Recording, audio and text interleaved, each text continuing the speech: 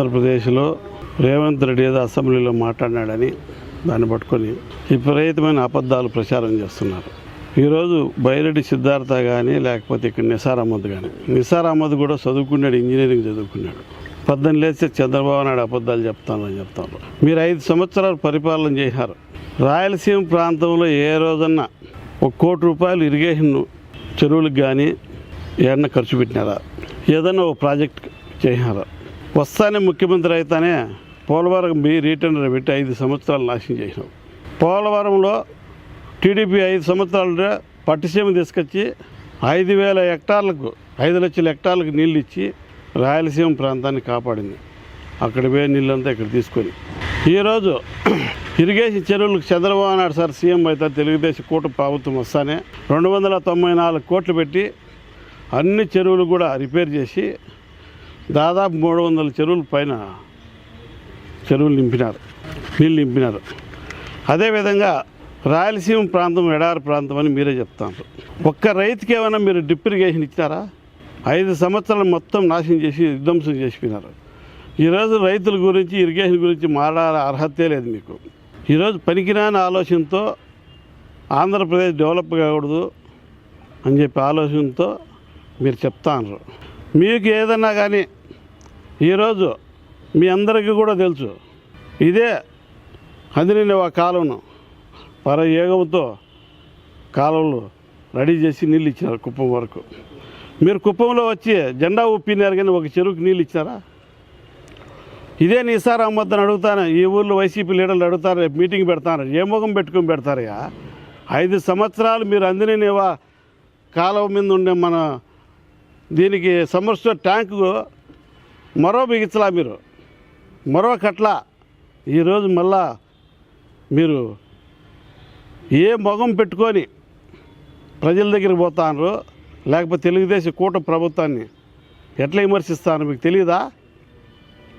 చెప్పండి, రాండి చర్చకు.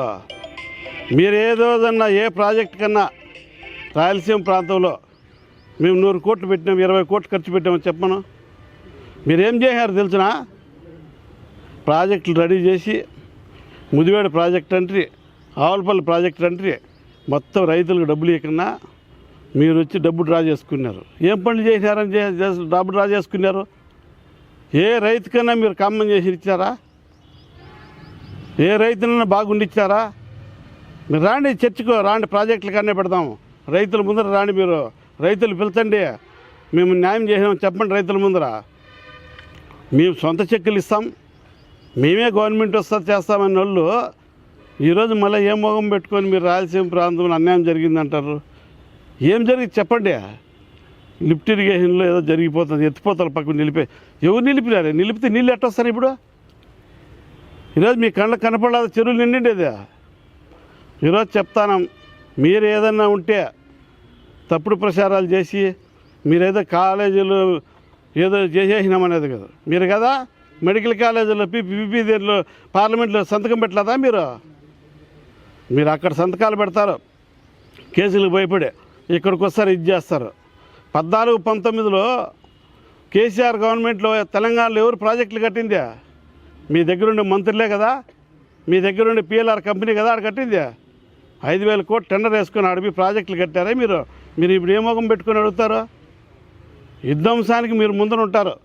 ఈరోజు ఏదో విధ్వంసం చేయాలని మీరు ఈ రాష్ట్ర ప్రజలు నాశనం చేయాలని కంకణం కట్టుకున్నారు. కాబట్టి మా దగ్గర అన్ని ఎవిడెన్స్ ఉన్నాయి.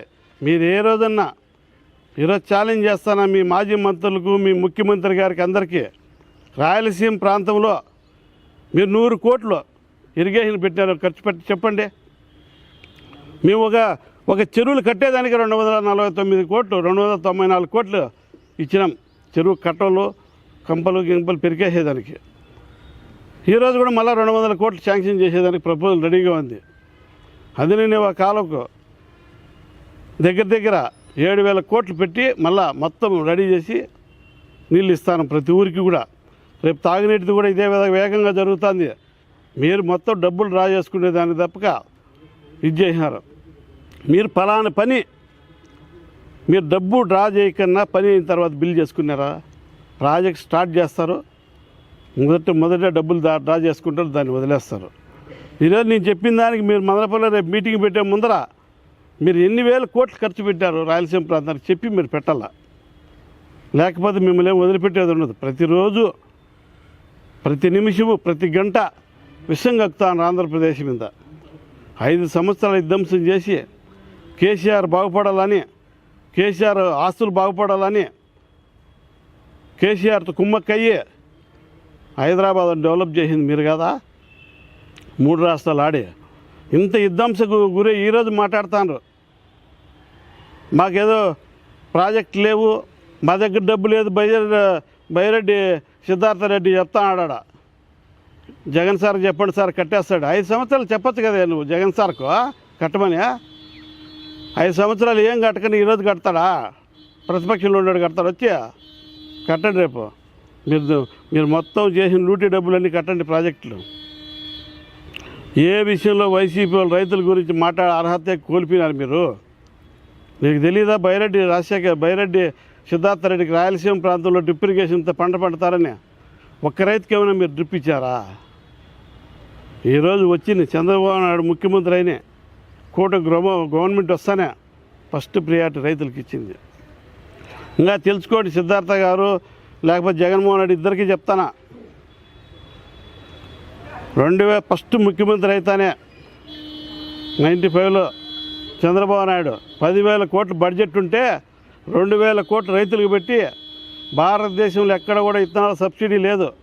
ఆ రోజు కరువు ప్రాంతం వాళ్ళే పండించుకునే విత్తనాలు వాళ్ళు వేసుకునే దానికి హైబ్రిడ్ విత్తనాల సబ్సిడీకి 95%, 90% సబ్సిడీ ఇచ్చి ఆదుకునే ఘనత ఈరోజు వ్యవసాయంలో నెంబర్ 1గా చేసిన ఘనత చంద్రబాబు నాయుడుది. ఇజ్రాయెల్ టెక్నాలజీ తీసుకొస్తే మీరు వస్తానే ఇజ్రాయెల్ టెక్నాలజీ మూసేస్తారు కుప్పంలో. ఈరోజు అదే ఇజ్రాయెల్ టెక్నాలజీతో, అదే డ్రిప్ ఇరిగేషన్తో, అదే స్ప్రింక్లర్స్తో ఈరోజు వ్యవసాయం చేసుకునే పరిస్థితి వచ్చింది. మనం విధ్వంసం వస్తారు, 5 ఏళ్ళు ఏదో ఒకటి మాట్లాడతారు, బాగా కష్టపడతాడు చంద్రబాబు నాయుడు గారు, డెవలప్ చేస్తాడు, దాన్ని విధ్వంసం చేసేది. మీకు అంత సీము రక్తం ఉంటే ఈరోజు అడగండి. నువ్వు చేసిపోయిన మోసాలకు ఈరోజు మమ్మల్ని ప్రజలు నిలదీస్తారయ్యా. దాన్ని జగన్మోహన్ రెడ్డిని అడగండి. జగన్మోహన్ రెడ్డి చేసిన పాపాల గురించి అడగండి.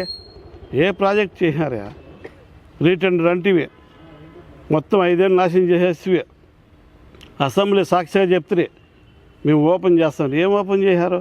మీ ఆస్తులు సంపాదించుకున్నారు, మీకు కావాల్సిన ప్రాజెక్టులు పెట్టేది, డబ్బు డ్రా చేసుకుంటూ పోయేది తప్ప ఏం చేశారు చెప్పండి. కాబట్టి ఇప్పుడు కూడా చెప్తాను వైసీపీ లీడర్కి, ఈ రాష్ట్రం బాగుండాలంటే మీకు ప్రతిపక్ష హోదా కూడా తీసేసినారు. ఈరోజు కూటమి గవర్నమెంట్ ఉంది, మీరు కూడా సహకరించి ఈ రాష్ట్రాన్ని బాగు చేయండి, డెవలప్ చేయండి అనే మాట చెప్పండి. రేపు మేము గవర్నమెంట్ వచ్చేస్తుంది, అవి మూసేస్తాము, ఈ మూపిచ్చేస్తామని ఇండస్ట్రీలు రాకుండా చేయాలనే కదా మీ ప్లాను. మీరు ఇంక వచ్చే ప్రసక్తే లేదు, మీ పార్టీ ఉండదు. ఈరోజు చెప్తాను చూడండి, మీరు చేసే అన్యాయాలకు ప్రజలు కూడా తెలుసుకున్నారు. ఒకసారి అవకాశం ఇచ్చారు, మీకు మొత్తం ముంచేసినారు. కాబట్టి ఇప్పుడు కూడా చెప్తాను, ఇదే నిసార్ అహ్మద్కు కూడా చెప్తాను,